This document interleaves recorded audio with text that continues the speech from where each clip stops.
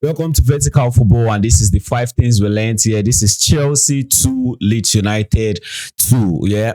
Am I disappointed? Yes, I am disappointed. Yeah, this is an unexpected result. Given the way we played in the first half, I felt like we killed the game in the first half. We did all we could get, all we could do, got the first goal. Coming into the second half, we got another goal. I'm a little bit surprised that they could come back into the match, not just get one, but get two. And then we just started struggling to go and get a winner back. I feel like it's something that it was avoidable. Yeah, it was very, very avoidable. We played really well in the first half. We came into the second half, we were decent, we were already playing and getting into the game, and then all of a sudden that mistake from Moises Caicedo just brought them back into the game, and they took that momentum, got to the first one, got to the second one, and they switched it off also. Then we went back into the game and we started trying to get it. And I've said this since time without number. Sometimes when you switch off, you might not get, if you switch off and the opponent hurt you, you might not get the opportunity to recover from it. I've said these things times without number, and that's eventually what happened today. I'm not happy about that. I'm definitely not happy about that. So guys, let's talk about the five things we learned in this particular match. Yeah, so for me, the first thing, I feel like I just want to talk about things that happened in the first half.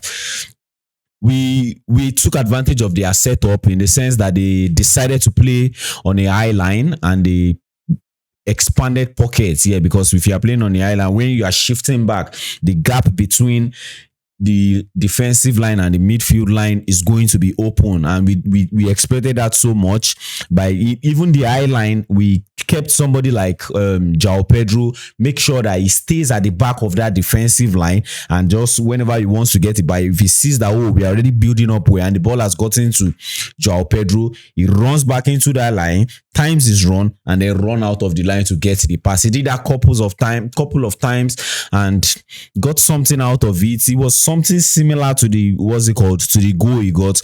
They lost the ball up front, we got it back, they found the ball to Kopama, and Kopama with his perfect intricate pass, he timed the run, joined the defensive line, then burst into the space and just went on to finish it. So I feel like we took advantage of that. That pocket, they even opening a big pocket was something that it really helped us to get into the game so much. And even from the connection of Andre Santos, it was just superb, because when the two guys play the ball at the back, if they give it to Caicedo tries to bait the other guy, give it back to the defender, he gives it to Andre Santos, and one time pass, he finds Kopama or anybody who is in the pocket, and then we just go on to do something with it up front. I wish that was a very fit Kopama. I believe he should have gotten at least one goal also in that first half, but I felt like he was trying to be like cautious in the way he went into maybe a dribble or try to barge into players.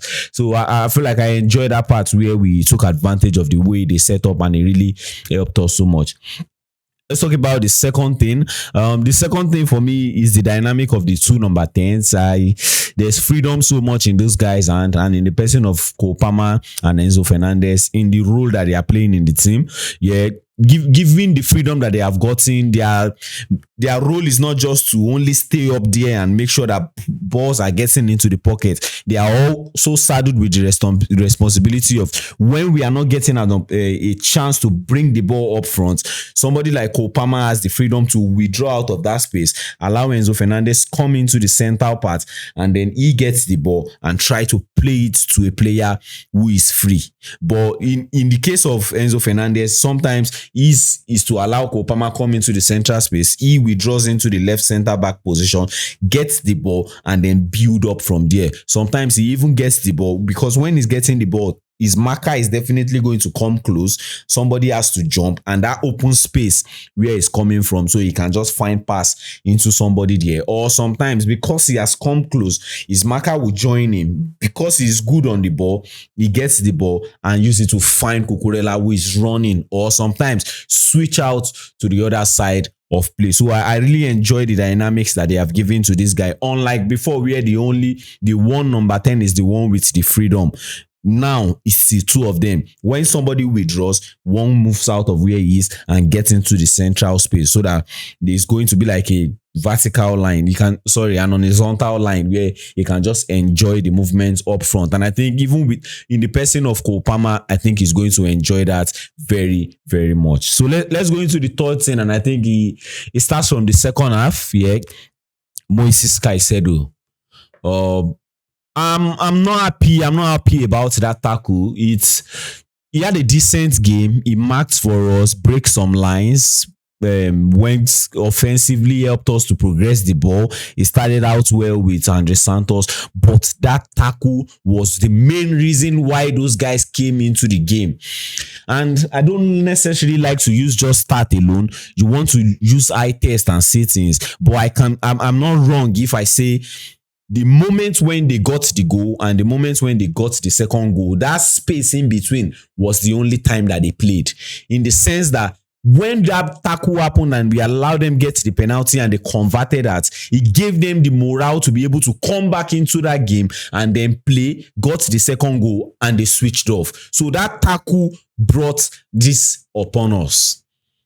And this is not to blame or point fingers. Everybody has their share of the cake, but you just know that when you're in a situation like this, you don't want to give an opponent anything or any opportunity to come back into the game. And I felt like we dashed them that. It was a gift, I would say. It was a gift to them. In all honesty, I've spoken about Moises Caicedo's tackles. If you can go and watch my videos, and this is not me saying it because of this match alone and say, oh, we are caught up in it. No, I've said these things times without numbers. You can go and watch my videos, and I've said it in the sense that Caicedo's tackles are beginning to lose the effectiveness. Like, it's not a perfect tackle anymore. It's unlike Caicedo. Maybe let's say Caicedo in the last season, where when he jumps into the tackle, you know that it's the ball first. He might get the leg, but you know that it is the ball first. But majority of the time for Moises Caicedo now, yeah, in those kind of tackles, it is always the leg first, or he misses the ball and the leg together.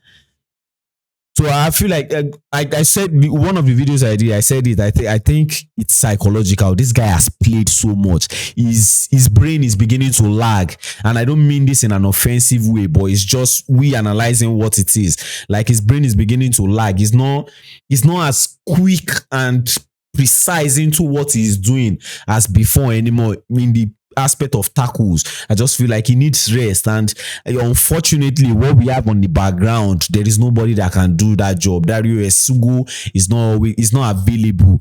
Lavia is not available. That's why I'm hoping for this. What's this guy's name? Valentino Bacco, that Chelsea. We should not talk about other people's player, but let's just stop here. I feel like that tackle brought Leeds back into the game. And the fourth thing is the second goal. Let's talk about the second goal. Firstly, from the referee's perspective, how in the world is that not an handball? Yeah, because when you want to analyze this thing, let's analyze it very well. Okay, they checked it through VR. This guy got the ball, went up there, he used his hand to touch the ball, and then they allow it play, which is a normal thing. They went on to get the whole rubbish there, and they got the goal. Sloppy from our defense, I would say. We're still going there. But now the VAR called to check that handball. He actually interfered in the play. If his hand did not touch the ball would have gone in a different direction, which would have not allowed the next incident to happen. So I don't understand. They were saying something like it was an accidental handball. What the fuck is an accidental handball? It's an handball. He affected the play, and he's also saying he's not the goal scorer. Dude, is the guy who got the ball that made the handball and still pushed the ball into the box 18 and still pushed the ball into the zone where the goal scorer could get a goal. How come it's not supposed to count? Because I don't understand. Somebody did an handball. You're saying it's accidental. All right, fine. But he also inflamed the ball into getting into the goal position. And then now you're saying he's not the goal scorer. I feel like that decision was erratic for me. It was erratic for me. But speaking about our defense, now I feel like we messed up in that part. Yeah, we messed up. Honestly, we messed up in that part. We Somebody like Achimpong, that ball getting into that space, I don't see a reason why you are trying to get that ball outside again. Kick it outside. The first instinct in those kind of situation is to be safe. That was never a safe route. You trying to cop the ball one side, it was never a safe route. Your marker is still there.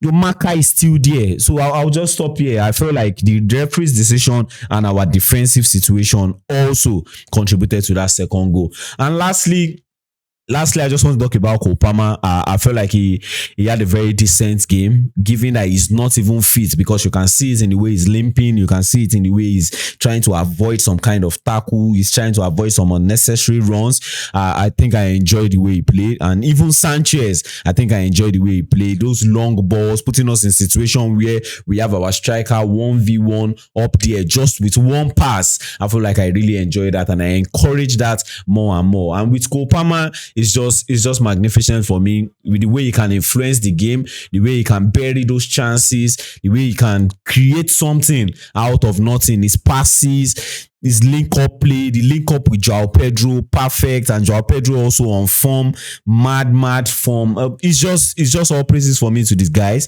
Guys, this is where I'll stop mine. This is my 5 things. These are the things that I saw in this match. Honestly, I'm disappointed. Yeah, I'm disappointed. I felt like this is a moment where we can gather point and just keep going. If we go like this, we will get 1 point like behind Aston Villa, and we are getting close to Man City. We are going to move ahead of Manchester United until they finish their match. So guys, I'll just stop here. I feel like we messed up, and that's it for me. This is brought to you by Vertical Football. Till we see you some other time. Namaste.